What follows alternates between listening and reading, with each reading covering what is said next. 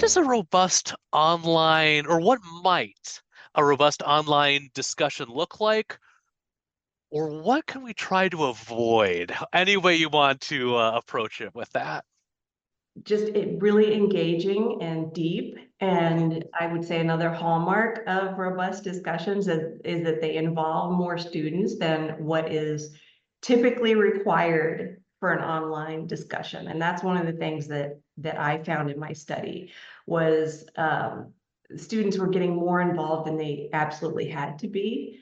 So I thought that was great. And that was in the treatment course. Yeah, yeah. And again, this is one of those situational, it depends. But for those instructors who are wondering, how can I get my students to be more involved than they need to be in creating this community or these discussions? Do you have any advice, any suggestions? Yeah, I do. So a lot of times, robust discussions emerge when the course instructor is participating in the discussion. Okay. That can be with asking questions or making comments that motivate students and make them think more critically. Yeah. So the students feel heard because the instructor is in there actually reading what they're and reacting to what they're posting, as Yeah. opposed to where their discussion boards with the instructor barely even reads it and it's just looking at word count. So that's a big difference. And then sometimes online instructors and even students complain that discussion boards are bad. So when that happens, I often find that the prompts the instructors are using are poorly constructed and they don't promote critical thinking or tie to real life situations. Yeah.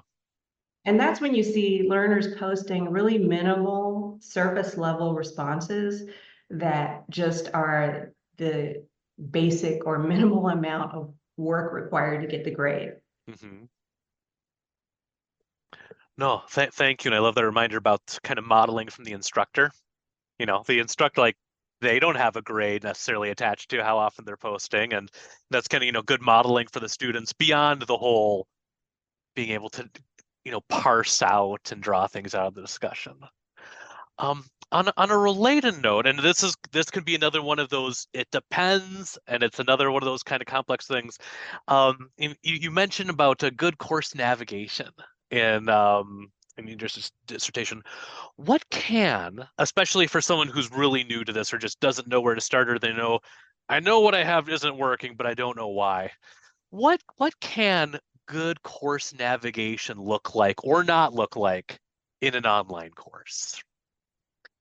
Well, the good thing about using an LMS that is frequently used, like Canvas or Blackboard or hmm D2L, is that they have its tools set up to make the navigation, um, good. And what Yeah. I mean by good is intuitive hmm and predictable and consistent, so learners can quickly decide where they want to go to next.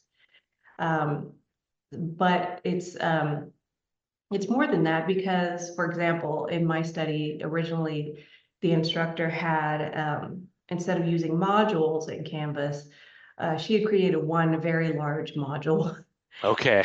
and that made it difficult for students Yep. to navigate, for example. So they had to scroll and scroll and scroll and scroll and try to find the next module. And so chunking is a part of it, hmm making it bite-sized pieces for learners. Yeah. And it's important to set up modules or units in a similar, consistent way so learners know exactly where they can find information and that it's not causing them more extraneous cognitive load or Mhm. anxiety than necessary.